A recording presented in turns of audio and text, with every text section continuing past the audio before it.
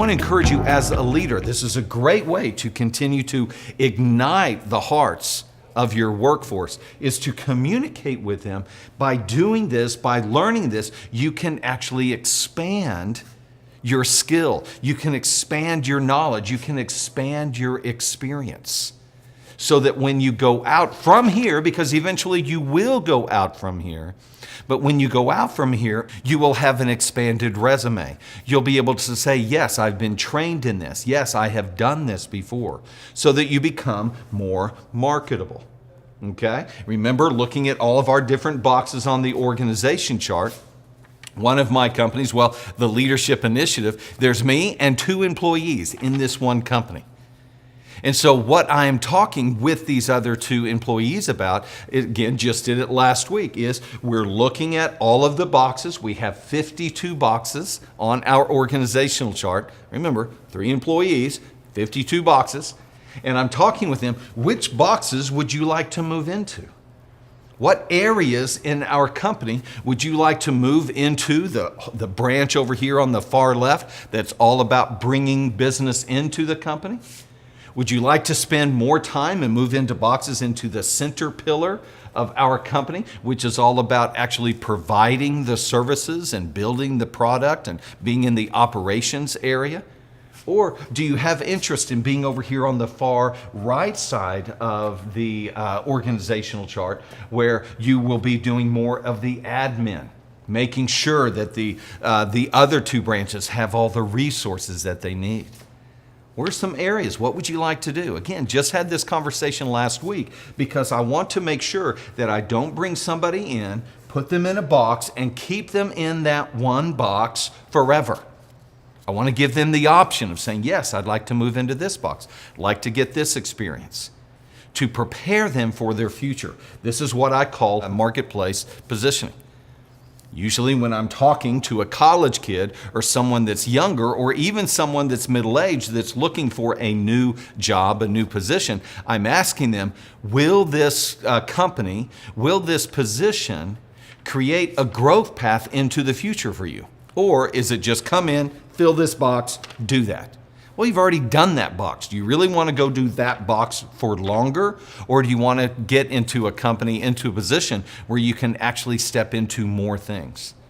I also include in marketplace positioning here, I also, because it's all about preparing for the future, I love to spend time introducing my employees to different people, different movers and shakers that are around the city. You may be a business owner, you're a leader, you may be connected with the Chamber of Commerce, you may be connected with different associations or different organizations in your city. You may just know different leaders in the city. You may know the mayor, all right? You may know city councilmen and stuff like that. This is the chief of police, or this is, this person that owns this huge company. I want to strongly encourage you to invite those people to your company, invite those leaders to your company, and introduce them to the people that you have. Let them get to know, introduce them to your circles of influence. Again, this goes a long way in igniting people and keeping them connected to you. Because yes, in most other companies, they'll be able to go and learn a skill, but it won't be specific. But it's very seldom that you'll find a company that actually is focused on helping you prepare for your future.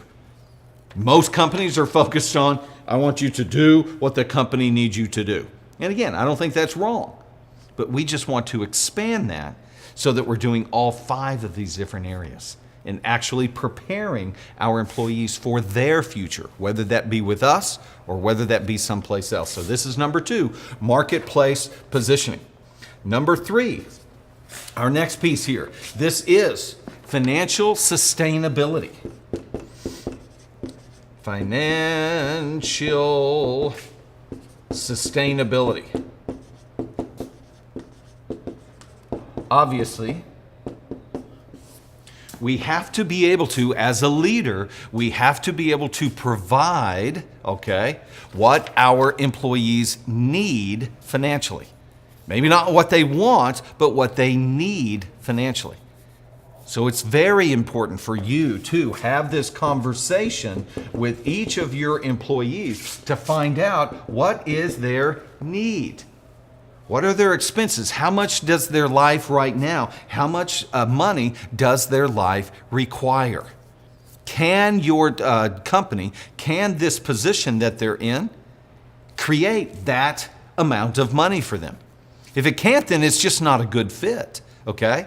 It doesn't mean you shouldn't hire them. It just means that eventually this person's going to look around and go, I need more money.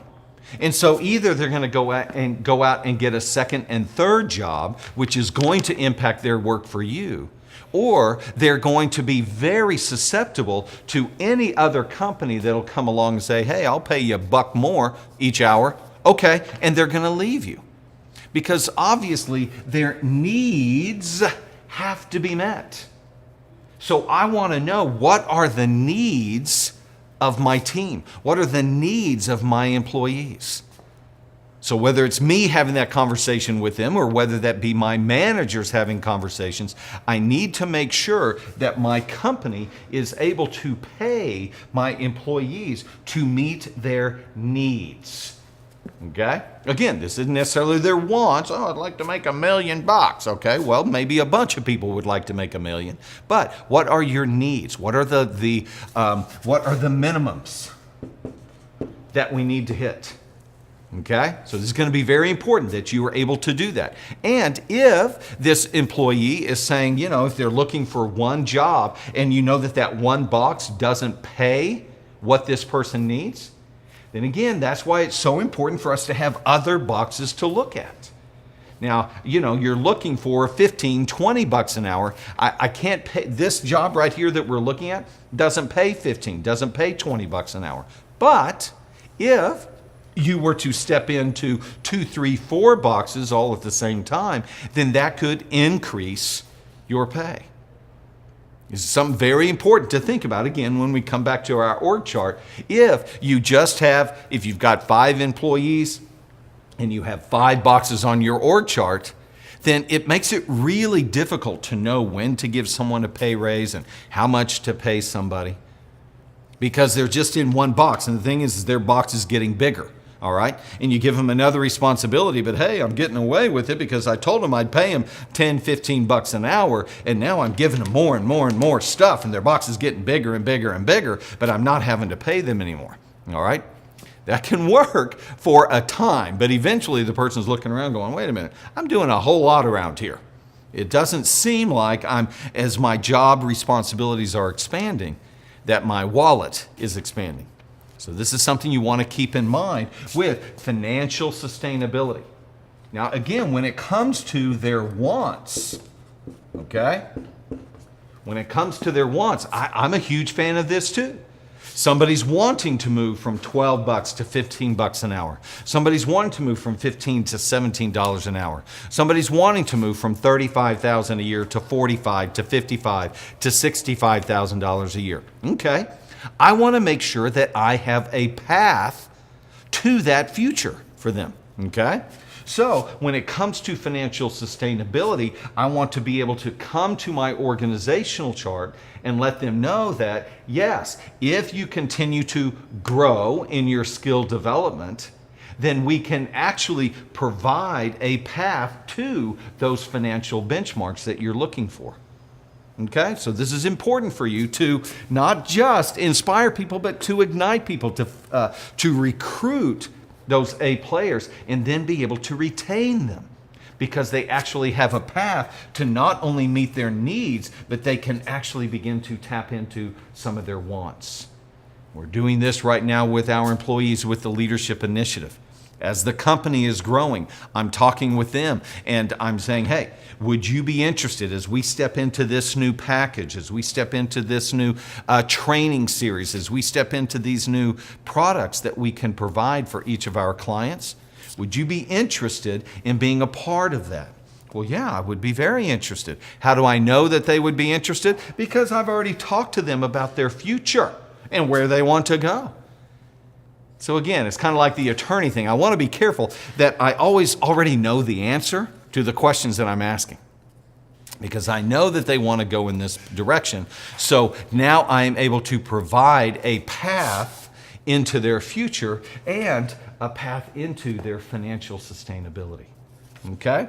So once again, financial sustainability. This is about creating revenue streams for your employees. How will this decision, if someone comes into your company, how will this decision create money today, all right, and into their future? You just want to be really careful and actually have on your schedule, when will raises happen? All right? I schedule those suckers. I don't just go, I'm thinking about maybe giving someone a raise today. No, they're actually on a schedule. They come in, they get paid this much. After this amount of time, we have that discussion. After this amount of time, we have the discussion. So there's actually a path laid out for them to begin to get raises and begin to move forward financially. This is something for you as a leader to write down that path, so you can communicate with them what their future will look like. And when it comes to specific skills, this is what you're going to need to learn. Not only hard skills, but these are the soft skills that you need to grow in. Okay? So that's number 3. Let's move on to number 4. Now this is where, again, the skill development and the finances, these are 2 that are very common. You're going to find, we're going to do the job, we're going to give you some training, and we're going to give you some money. These are pretty common, all right? But hopefully, even with these 2 common ones, I've given you some extra thoughts of how to be very clear and very intentional on how to draw out. These are the specific skills that will set you apart as a leader. It will set you apart as a company. It'll set you apart as a department leader. Okay? If you're actually able to identify specific things that they will learn because they are with you. Yeah, I can go over here and you may learn it, you may not, but here I can tell you specifically you will learn it. And here's how that's going to help you in the future, all right? And here's how it begins to change the amount of money that you're able to bring in each week or each month.